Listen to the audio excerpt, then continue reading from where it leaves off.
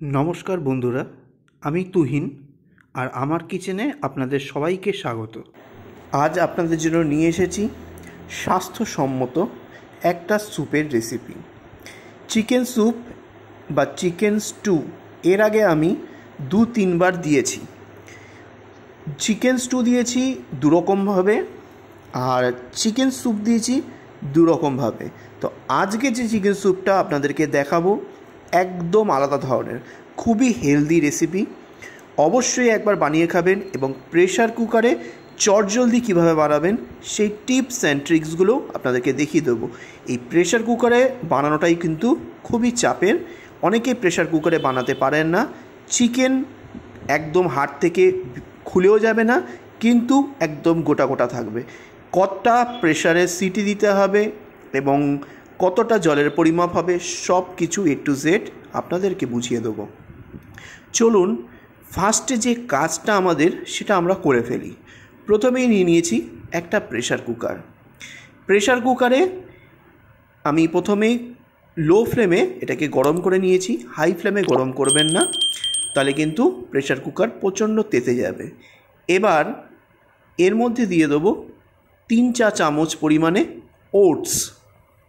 এই ওটসের পরিমাপটা হবে আপনি কতটা চিকেন স্টু বানাচ্ছেন। আমি এখানে 600 গ্রাম চিকেনের স্টু বানাচ্ছি, তাই এখানে 3 চা চামচ উঁচু উঁচু করে ওটস দিয়ে দিয়েছি। এইবার লো ফ্লেমে ওটসটাকে সময় নিয়ে ভালো করে রোস্ট করতে হবে। যখনই দেখবেন ওটস থেকে একটা আলাদা গন্ধ বেরোচ্ছে এবং বেশ মচমচে হয়ে গেছে, ওটসটা হাতে নিয়ে আপনাকে দেখতে হবে। আর যদি দেখেন যে মচমচে হয়ে গেছে, তখন কিন্তু প্রেসার কুকার থেকে ওটসটাকে সরিয়ে রাখতে হবে। আমি দেখুন ওটসটাকে ভালো করে রোস্ট করে নিয়েছি। এইবার এটাকে তুলে সরিয়ে রাখবো এবং এটাকে ঠান্ডা হতে দেবো।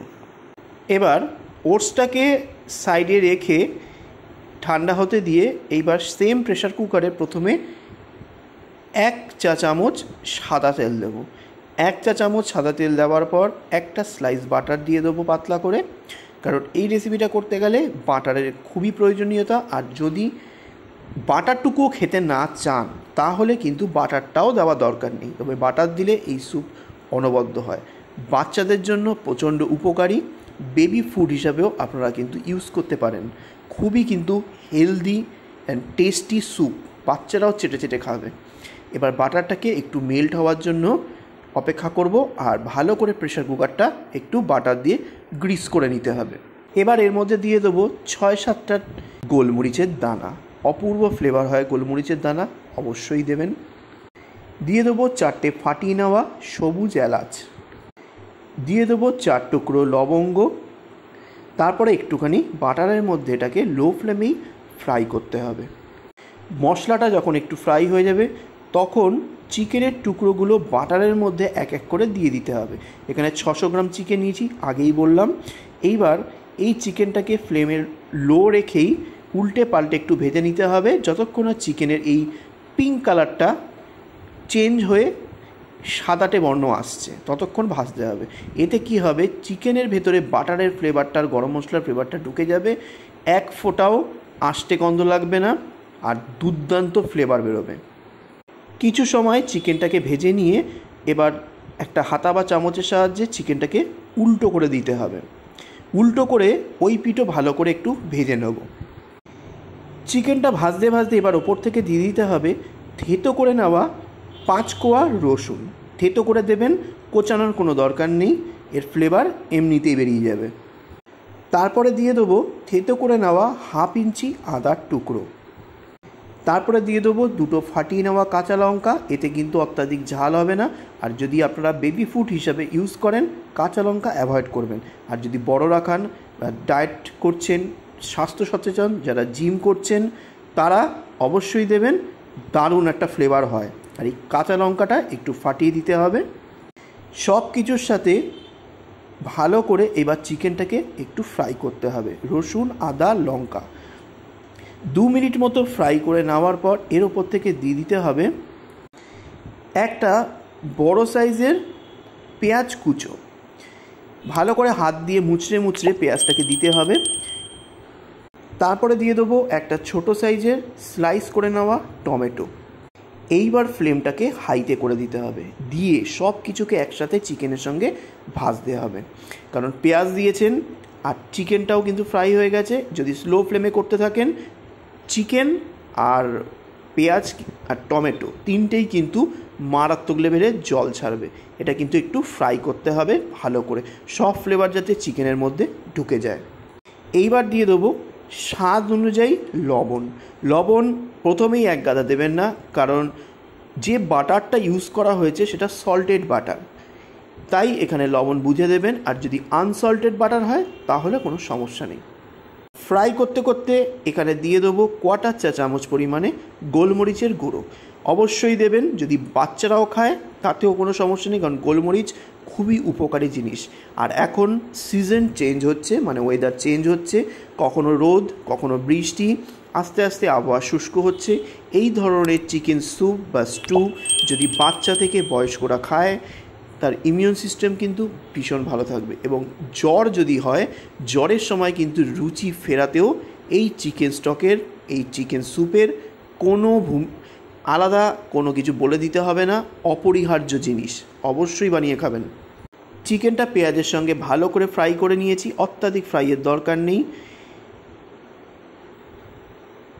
এইবার এর মধ্যে দিয়ে দেবো 3 কাপ পরিমাণে জল, 750 ml। 650 চিকেনের জন্য 750 ml জল আমি ইউজ করেছি। আর আমাদের 3 জন প্রাণী, বাড়িতে 3 জন খাবে, পারফেক্ট একদম 650 গ্রাম চিকেনে 750 ml জল। জলটা দেওয়ার পর ভালো করে মিক্স করে নেব, নিয়ে প্রেশার কুকারের ঢাকনাটা আটকে দিতে হবে। প্রেশার কুকারের ঢাকনাটা আটকে দিয়ে ফ্লেমটা হাইতে রেখেই 2টো সিটি দিয়ে নেব। দেখুন প্রেশার কুকারে হাই ফ্লেমে 2টো হুইসেল পড়ে গেছে। এইবার কিন্তু প্রেশার কুকার খোলা যাবে না, এইভাবেই কিন্তু দমে রাখতে হবে যতক্ষণ না প্রেশার নিচে থেকে রিলিজ হচ্ছে। আমরা ঠিক 15 থেকে 20 মিনিট পর ফিরে আসছি। দেখুন 15 থেকে 20 মিনিট পর ফিরে এসেছি। প্রেশার কুকারের লিডটা আপনাদের দেখিয়ে দিচ্ছি, প্রেশার রিলিজ হয়ে গেছে আপনা থেকেই। এইবার প্রেশার কুকারের ঢাকনাটা খুলে নেব। প্রেশার কুকারের ঢাকনাটা খুলে নিয়ে একবার হাতা দিয়ে ভালো করে মিক্স করে নেব। আর চিকেনটা চেক করে নেব কতটা সুসিদ্ধ হয়েছে। দেখুন চিকেন কিন্তু একদম পারফেক্ট সুসিদ্ধ হয়েছে, কিন্তু চিকেন কিন্তু হাড় থেকে ছেড়ে বেরিয়ে যাচ্ছে না। আর যদি মনে হয় আরেকটু নরম করবেন, এবার ঝোলটা ফোটান, ফুটিয়ে নিলেই ওই দমেই বা ওই হিটেই আপনার চিকেন সুসিদ্ধ হয়ে যাবে। বাচ্চাদের জন্য, বয়স্কদের জন্য অপূর্ব জিনিস। আর যারা ফিটনেস মেনটেন করেন, ডায়েট করেন, তাদের জন্য তো রেসিপিটা একদম পারফেক্ট। এইবার একটা বড় কাজ করতে হবে, সেটা হলো এই যে স্টক, এই স্টকের থেকে শুধুমাত্র চিকেনের টুকরোগুলো এক এক করে তুলে নিতে হবে। সব চিকেনের টুকরোগুলো এই স্টকের থেকে আমি প্রথমে তুলে নেব। সব চিকেন তোলা হয়ে গেলে এইবার যে কাজটা করতে হবে চলুন দেখিয়ে দিই। এইবার নিয়ে নিয়েছি একটা কড়াইটা হাই ফ্লেমে ভালো করে গরম করে নিয়েছি। এবার এর মধ্যে একটা ছাঁকনি নিয়ে নেব। ছাঁকনির মধ্যে যে স্টকটা রেডি করেছি সেটা ঢেলে দেবো। আমাদের এই নির্যাসটা দরকার, আদারওয়াইজ এই পেঁয়াজ রসুন যা যা দিয়েছি এগুলোর প্রয়োজন নেই। সব নির্যাস কিন্তু এই চিকেনের স্টকের মধ্যে চলে এসেছে। এইবার এই ছাঁকনির মধ্যে যে অংশগুলো পড়ে রয়েছে সেটাকে হাতা দিয়ে চেপে চেপে যেটুকু স্টক আছে চেপে নিয়ে নিতে হবে। এবার ফ্লেমটা হাইতে দিয়ে ভালো করে এই স্টকটাকে ফোটাতে হবে। তারপর এর মধ্যে যেটা দেব সেটা হলো যে ওটসটা আমি ড্রাই রোস্ট করে রেখেছিলাম, সেটাকে মিক্সারে একদম পাউডার করে নিয়েছি কর্নফ্লাওয়ারের মতো করে। এইবার এই জলের মধ্যে দিয়ে দেবো। জলের মধ্যে দেওয়ার পরে দেখুন বেশ গুটলি পাকিয়ে গেছে, চিন্তা করার কোনো কারণ নেই। এইবার একটা হ্যান্ড বিটারের সাহায্যে ভালো করে এটাকে ফেটিয়ে নেবেন। ততক্ষণ হ্যান্ড বিটার দিয়ে ফেটাবেন যতক্ষণ না পর্যন্ত গুটলিগুলো কেটে যাচ্ছে, লাম্পসগুলো থাকছে না। ভালো করে যখন সব ফ্যাটানো হয়ে যাবে, মিক্স হয়ে যাবে স্টকের মধ্যে, তখন স্টকটা একটু চেখে দেখবেন লবণ লাগবে কি না। আমি এখানে অল্প একটুখানি লবণ অ্যাড করছি, কারণ আমার লবণটা একটু কম লাগছে। লবণটা দিয়ে মিক্স করে নেওয়ার পর এর মধ্যে দিয়ে দেবো তুলে রাখা চিকেনের টুকরোগুলো।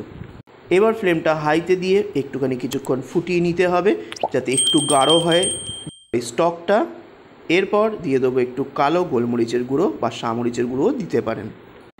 তারপরে দিয়ে দেবো ফ্রেশ কোরিয়ান্ডার লিভস, মানে একদম ফ্রেশ ধনেপাতা কুচো। এই ধনেপাতা কুচো দেওয়ার পর কী যে ভালো গন্ধ বেরোচ্ছে আর কী যে ভালো খেতে হয়েছিল আপনাকে বর্ণনা করতে পারবো না। অবশ্যই ট্রাই করে দেখবেন। আর যদি পারেন তো একটু লেবুর রস ওপর থেকে দিয়ে দেবেন, অথবা খাওয়ার সময় একটু লেবুর রস চিপে খেয়ে দেখবেন, অনবদ্য লাগবে। সঙ্গে থাকবে পাউরুটি অথবা রুটি, যেটাই আপনারা খান, অপূর্ব লাগবে। তারপরে একবার হাতা চালিয়ে মিক্স করে নিলেই রেডি হয়ে গেল গরম গরম চিকেন ওটস স্যুপ। অবশ্যই খেয়ে দেখবেন। ওয়েদার চেঞ্জ হচ্ছে, এইরকম জিনিস যদি আপনারা এই মুহূর্তে প্রতি সপ্তাহে একবার খান, চিকেন কষা, চিকেনের ঝোল ঝাল তো প্রচুর খেলেন, এইবার এইটা এইভাবে খেয়ে দেখবেন, অপূর্ব লাগবে। রেসিপিটা কেমন লাগলো অবশ্যই কমেন্ট করে জানাবেন। আর যদি ভালো লাগে প্রচুর শেয়ার করে দেবেন বন্ধু বান্ধবীদের সঙ্গে, আত্মীয় পরিজনের সঙ্গে। আর পাশে থাকার জন্য সাবস্ক্রাইব করে বেল আইকন ক্লিক করে অল বাটনটা ক্লিক করতে ভুলবেন না যেন। তাহলে কিন্তু নেক্সট রেসিপি দেওয়ার সাথে সাথেই সর্বপ্রথম আপনাদের কাছে নোটিফিকেশান চলে যাবে। আজ আসি, নেক্সট দিন আবার একটা ভালো ভিডিও নিয়ে আপনাদের সামনে তুলে ধরবো।